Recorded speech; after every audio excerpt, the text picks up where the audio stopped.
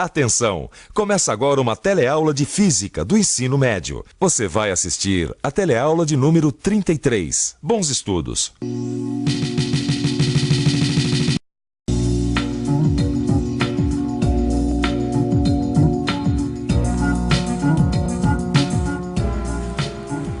O estudo da ótica traz consequências muito importantes para a nossa vida cotidiana. E uma das aplicações desse estudo à nossa vida diária é a utilização de lentes. Nós utilizamos as lentes para poder vasculhar o universo em busca de novas informações, para assistir aos filmes que são projetados nos cinemas, para tirar as fotografias que ilustram os jornais, revistas e porta-retratos, e mesmo para observar seres muito pequenos com a ajuda do microscópio. Isso sem falar que elas ajudam a corrigir os defeitos da nossa visão, através do uso de óculos. Bom, na teleaula passada, nós aprofundamos o tema da reflexão, utilizando os espelhos como exemplo. Na teleaula de hoje, chegou a vez da refração, que tem um papel muito importante no desempenho dos diversos tipos de lentes. Na teleaula de hoje, você vai conhecer melhor o que é refração e como o índice de refração depende dos meios que a luz atravessa. Vai saber o que vem a ser um dióptro plano. Vai saber também o que são os ângulos limites de incidência e de refração e como as imagens são vistas através das lentes esféricas. E agora, porque a nossa teleaula está apenas começando.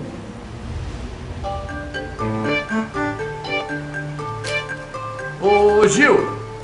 Fala, Vicente. Será que esses peixes estão exatamente onde a gente está vendo eles? Ou eles estão um pouco mais longe, hein? Mas que pergunta, Vicente. É claro que eles estão onde eles estão. Eu não sei não. Eu não sei não. Você tem que lembrar do seguinte, a gente tá vendo eles através de um vidro, através da água, tudo isso não importa. Sabe que eu acho que você tem razão, rapaz? Tô falando. Agora me ocorreu uma coisa. Como será que eles nos enxergam, hein? Sabe o que eu acho? Eu acho que eles também veem a gente um pouco mais longe do que a gente tá. Mas eu não sei exatamente por quê. E você? Você sabe por quê?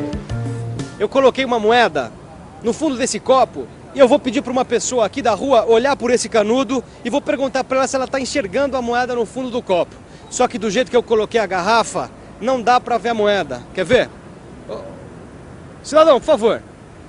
Quer colaborar aqui com uma pesquisa científica? Posso colaborar. Então vamos lá. Olha por esse canudo e me diz se você está vendo aquela moeda ali no fundo. Não, não estou vendo não. Bem, agora eu vou colocar água no copo, você vai continuar olhando pelo canudo e você vai me dizer se a moeda aparece. Vamos lá. Olha no canudo.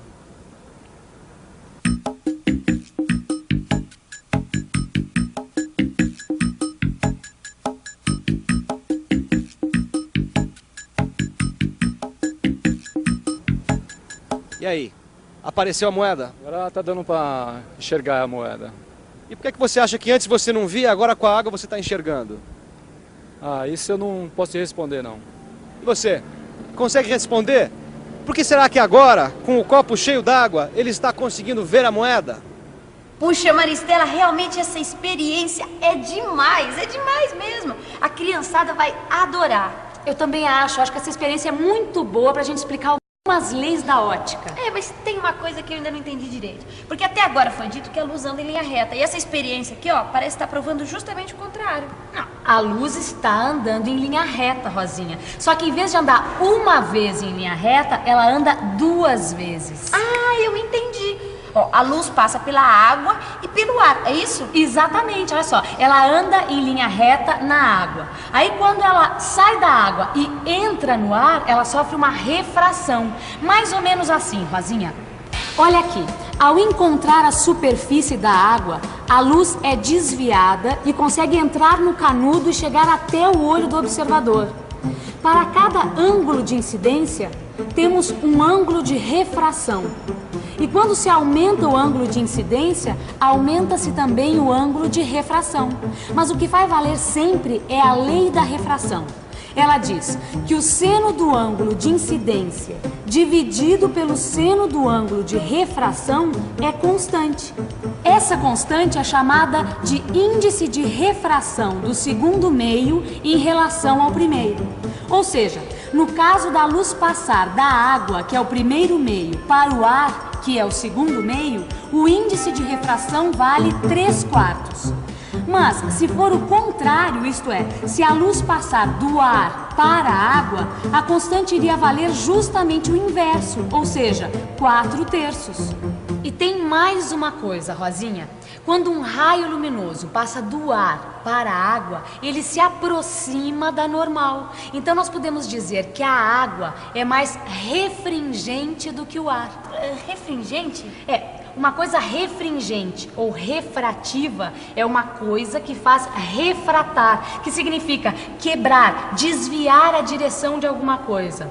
Olha só, Rosinha, a palavra refração vem de refratar. Por isso, quando um raio passa da água para o ar, ele muda de direção, afastando-se da normal. Bom, então se o raio luminoso ficar perpendicular à superfície, ele não vai sofrer desvio algum?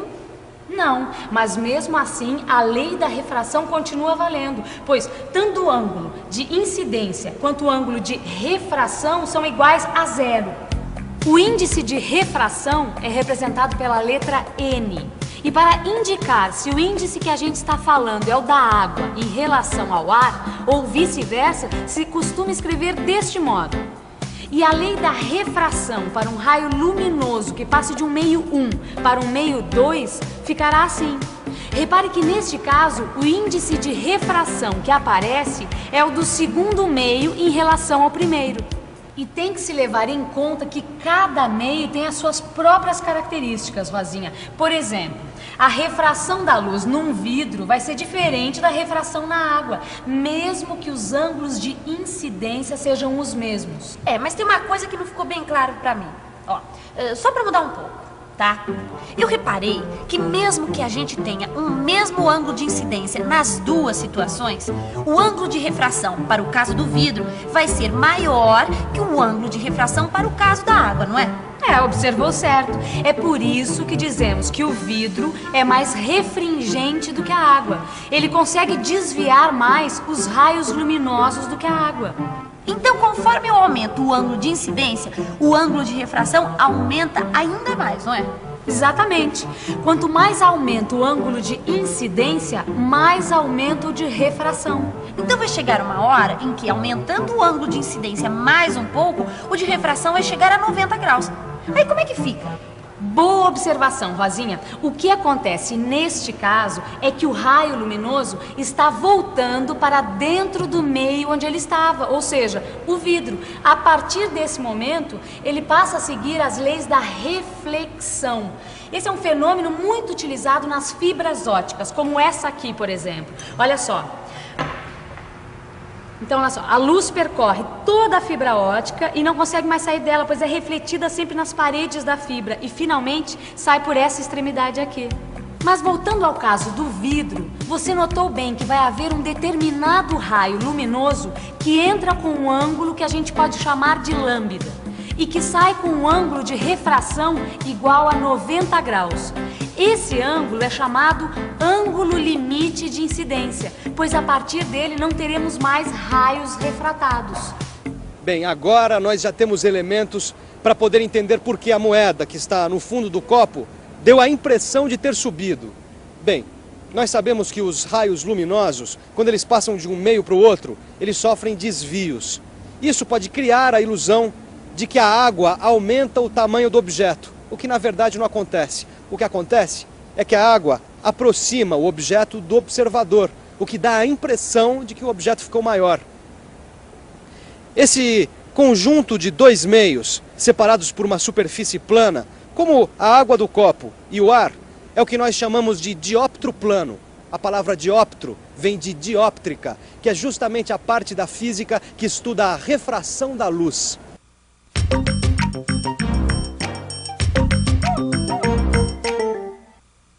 Vamos tentar entender o que acontece num dióptro plano, como no caso da moeda dentro do copo. Vamos imaginar dois raios luminosos saindo de um ponto M da moeda.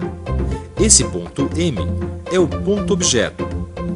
Como saber onde está o ponto imagem? Imagine agora os raios luminosos atingindo a superfície da água e sofrendo refração. Para quem está observando do lado de fora, os raios parecem estar vindo de um ponto M'. Esse é o ponto imagem de M. Dependendo da nossa posição, esse ponto vai parecer mais ou menos elevado.